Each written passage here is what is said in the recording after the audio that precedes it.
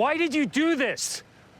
What the fuck is this all about? Welcome back to Q Dads, it's me Ste, and yes, episode 2 of Severance gave us a bit of backstory about the Outies and what happened after the events of season 1, which was actually really refreshing to see.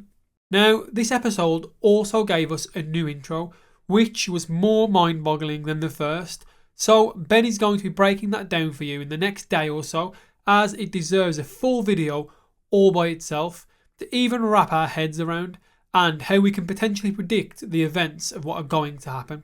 Let's waste no time and just dive straight in. As always, don't forget to hit that subscribe button, as it really does help the channel to grow. So this video is going to be a little bit different. I'm going to talk about Gemma / Miss Casey as a whole, because she seemed to be the staple throughout the whole of the episode. Of course, following on from the aftermath of the events of season 1, Mark and his sister began to chat about the possibility that Gemma is alive, but Rickon insists that we're referring to the baby. I do love here how Rickon seems to only care about himself and his book reading, but the fact that he kept trying to insist it was the baby Mark was referring to being alive. If I may, I really did feel it was clear you were referencing the baby. Patton had just saved her. Well, he found her, yeah. And I think that your workie was excited. This makes me question that deep potential theory that could mean Rickon is actually a severed employee, being Rick N. We'll touch on this another day, but I know that's a fan favourite. Personally, I think it's just showing us more of that neurodivergent side of him. Let's be honest, the show seems to constantly toy around with human emotions and feelings, and sometimes plain breaking the spirit, i.e. the break room. Regardless, this actually causes some friction between them all about the fact that Gemma might be alive. But we get some interesting details, because as they were talking in the diner, Mark actually mentioned about her body being burned, meaning that Lumen could have essentially replaced her body in the scene of the car crash with the remains of another. And this was then later solidified for Mark S when he confronted Miss Cobel. And although she didn't say she was alive, her face gave it all away. But again, what is the importance of Gemma and Mark having to return to Severance? But yet also in this episode, it was confirmed they had only actually been around 48 hours, not 5 months as we were led to believe in Lumen, and the fact that Mark S was the only one who was not fired and was actually offered better benefits to return, showing a slight bit of desperation for Lumen. So again, why? Why is he so important? And how is Gemma connected to it? That is the question. And as we've discussed recently in our last 2 videos, both Ben and I have different theories on this. However, it's clear both our theories seem to hang on Gemma, and if she was some kind of Lumen employee before. And not only that, that something to do with her and Mark is key to what they're trying to do here. Now, I will talk more about this at the end, as personally I think this episode has given my theory more legs, but Ben still thinks I'm a crackpot, so I'll let you guys decide on that later. Now, as the episode progressed, Helena mentions that all of this with Mark is to do with finishing a project called Cold Harbour. And just to quickly mention, in the very last scene of episode 1, with the picture of Gemma's face at the end, almost like it's on a camera, it said in the top left corner, Cold Harbour, 68% finished.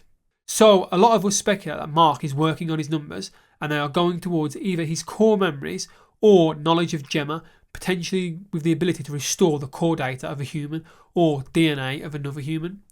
It all stems around the ability to either clone a human, the transference of consciousness from one body to another, or a database of sorts. Or they are truly categorising the raw human emotions in an ability to develop some kind of drug as a replacement for lacking emotions, or even compliance to follow Egan's 4 tempers and the ability to control them. Now, I actually thought the way we saw the Outies interacting in the world was actually really refreshing, and we saw the struggle of Dylan, who, now he's looking for a job to provide for his family, and the fact that Milchek wasn't lying, as it was confirmed he had a wife called Gretchen too. We saw a factory that makes doors, and the fact the interviewer is unhappy that Lumen make the doors in-house was really interesting, and I think potentially this could be something that might reoccur in the season. Maybe we'll get some more mentions of why Lumen have to keep everything in-house, because that seems very weird in itself. I don't know, it was just a bit of a whim, but it did seem weird to the show. And to be honest, the big thing from this was how Dylan was treated just because he'd been severed. Now, is this because technically Dylan hasn't worked for the last 2 years, so will have forgotten all of his skills, or merely just because some kind of weird prejudice in this world. And then we saw Irving. He was trying to search for answers, and it turned out that Bert was actually also trying to reach out to him. So this is a curious one, which they must have had a pre-existing relationship beforehand, or through a different Severance program, or have they already been in touch since that day? We know Milchek did allude to bringing someone from overseas and 2 people out of retirement from 5X. Was Irving and Bert connected to this 5X program originally as well? Or potentially another retired program? Because there is speculation that Irving has been a Severed employee for quite a long time. Mainly they've had to change departments and had memories reset at certain points. Now it's also nice to point out here the first confrontation between Helena and her father. He actually called her a fetid muppet, which actually translates to an unpleasant sweet child, meaning that basically he's telling Ellie, you screwed up and pissed me off. Also, we got the introduction of what we thought was Helena's sidekick, and it makes me question, is he working directly for the board because he seemed to have the answers that the board wanted Helly to return? Now, does he also know from directly talking with them, or is he just learning that information from Helena and he's just reining it back? Because to me, it seems like he had a bit of a direct connection with the board and has the ability to talk to the board, similar to that of Natalie in season 1. It was also mentioned that Miss Cobel was offered a new role with a new initiative called the Severance Advisory Program, which kind of looked like at the end she had declined due to her angry driving and packing her cases. But part of me thinks that she has accepted this and is not actually with the Severance building that we know, and is potentially with a different department overseas, which could cause our employees to go and visit. As Milchek has alluded to one time that he wants to take them out to go for a drink, so could this be some kind of weird thing to help Mark's memories? And of course, what is actually included within this department, and how will her role sit in the future episodes?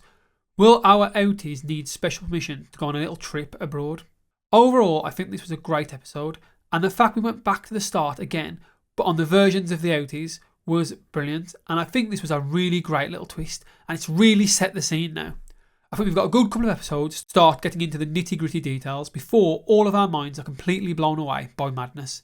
Because don't forget, there is still some actual great cast members to introduce, like Gwendolyn Christie, Meredith Weaver, and even John Noble. Now, a couple of points I want to talk about. First, I must say again that I now fully believe Mark is trying to rebuild Gemma's memories in some way, and it's clear using Miss Casey was some kind of weird way to get her to remember, or him to remember, or something to click. I now half think that Miss Casey might not have been severed. Maybe, as Ben said, they just stole her body and she was, as I said, brain dead or something. Perhaps Miss Casey did remember Mark a bit, hence her reluctance to go back to testing. Either way, the end scene from last week, coupled with everything hanging on Mark, only makes me more curious. The fact they're willing to bend over backwards to keep him here at Lumen makes it seem like his connection to Gemma is the most important thing. I do question why it had to be those two though. And this does ultimately make me think Gemma was some kind of secret Lumen employee, or, in a crazy theory here, I'm pretty sure in season 1 it said she also taught at a college/university like Mark did. Could she have come up with some kind of extreme breakthrough that Lumen wanted to get their hands on? But ultimately, they accidentally got her killed or seriously injured, so now they are trying to rebuild her memories to extract this data. I'm not sure.